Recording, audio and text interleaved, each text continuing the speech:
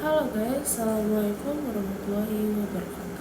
Perkenalkan, nama saya Julesta Lesmana. Saya merupakan mahasiswa Fakultas Hukum Universitas Bangka Belitung, yang dimana sekarang sedang menempuh semester 2 dan beralamatkan di Pangkal Pinang. Baik, pada video kali ini saya akan membahas tugas atau mengerjakan tugas berupa tugas video yang dimana mata kuliah hukum internasional terkait penyelesaian sengketa internasional, tapi teman-teman ya. Nah, baiklah, tanpa berlama-lama langsung saja saya akan menjelaskan bahwasanya kami diberikan sebuah video. Ini video ini setelah saya pahami, ini terkait apa itu Mahkamah Internasional dan peran dan kegiatan ICG seperti itu. Nah, bisa saya jelaskan secara ringkas saja.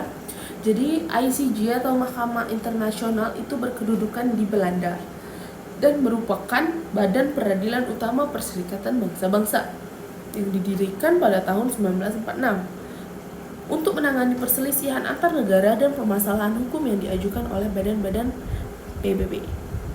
Lalu pengadilan tersebut terdiri dari 15 hakim yang dipilih selama 9 tahun mewakili berbagai daerah dan tidak mengadili individu, hanya sengketa negara. Juga proses persidangan di ICG melibatkan argumen tertulis dan lisan, diikuti dengan musyawarah dan penilaian rahasia yang disampaikan dalam berbagai bahasa. Yurisdiksi ICG mencakup semua permasalahan hukum internasional dan negara-negara harus menyetujui agar kasus mereka disidangkan oleh pengadilan. Lalu ICG membacakan putusan di sidang umum dan keputusannya bersifat final dan mengikat para pihak. Negara-negara yang secara sukarela hadir di hadapan pengadilan berkomitmen untuk mematuhi keputusan-keputusannya. Pendapat penasihat Mahkamah, meskipun tidak mengikat, mempunyai pengaruh besar dan membantu mengembangkan hukum internasional. Keputusan ICG telah meredakan krisis, menormalisasi hubungan antar negara, dan mendorong perdamaian. Pengadilan ini beroperasi secara efisien, menyelesaikan kasus-kasus kompleks dalam waktu 5 tahun dan dengan anggaran kurang dari 1% anggaran rutin PBB.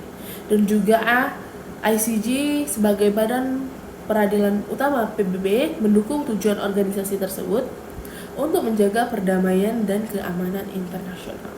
Baik, itu penjelasan dari sebuah video yang diberikan kepada kami, yang ditugaskan untuk memahami.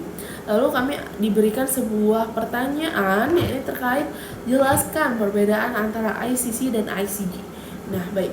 Pertama-tama saya akan mengartikan terlebih dahulu apa itu ICC dan apa itu ICG.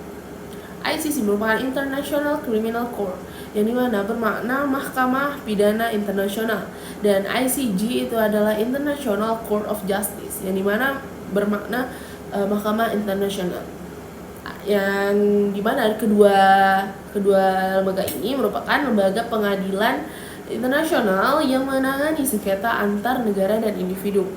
Baik, kita akan membahas perbedaannya. Yang ini pertama dari bidang yurisdiksi.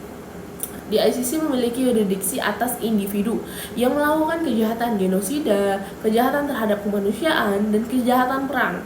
Dan negara-negara anggota ICC wajib mematuhi putusan ICC. Berbeda halnya dengan yurisdiksi. Yurisdiksi ICG maksud saya memiliki yurisdiksi atas negara-negara yang terlibat dalam sengketa hukum, teman-teman. Nah, putusan ICG bersifat mengikat, namun negara-negara tidak wajib menjadi anggota ICG untuk tunduk pada yurisdiksinya. Dan juga fokusnya, ICC berfokus pada penuntutan dan pemindanaan individu yang bertanggung jawab atas kejahatan berat. Namun, ICG berfokus pada penyelesaian sengketa antar hukum negara melalui mediasi, arbitrase, dan juga peradilan. Nah, dalam pembentukannya, ICC didirikan berdasarkan Statuta Roma pada tahun 1998. Berbeda halnya dengan ICG, ini didirikan berdasarkan Piagam PBB tahun 1945. Dan pada strukturnya, ICC terdiri dari hakim-hakim yang berasal dari negara-negara anggota ICC. Beda halnya dengan ICG terdiri dari 15 hakim yang berasal dari berbagai negara di dunia. Juga proses di ICC itu umumnya dimulai dengan investigasi yang dilakukan jaksa penuntut umum. ICC jika bukti cukup, jaksa dapat mengeluarkan surat perintah penangkapan terhadap tersangka.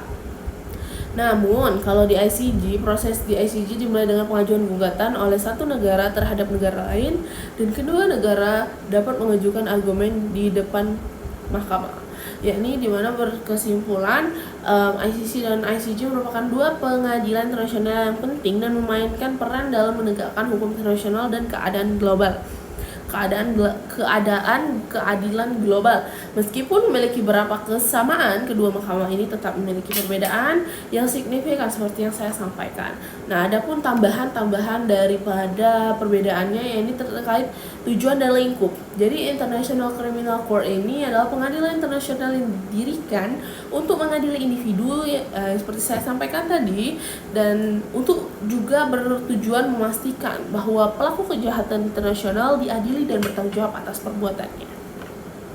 Lalu ICJ adalah pengadilan internasional yang bertugas menyelesaikan sengketa antara negara-negara anggota PBB, dan ICJ juga memberikan pendapat hukum yang mengikat terkait pertikaian negara-negara dan memberikan interpretasi terhadap hukum internasional.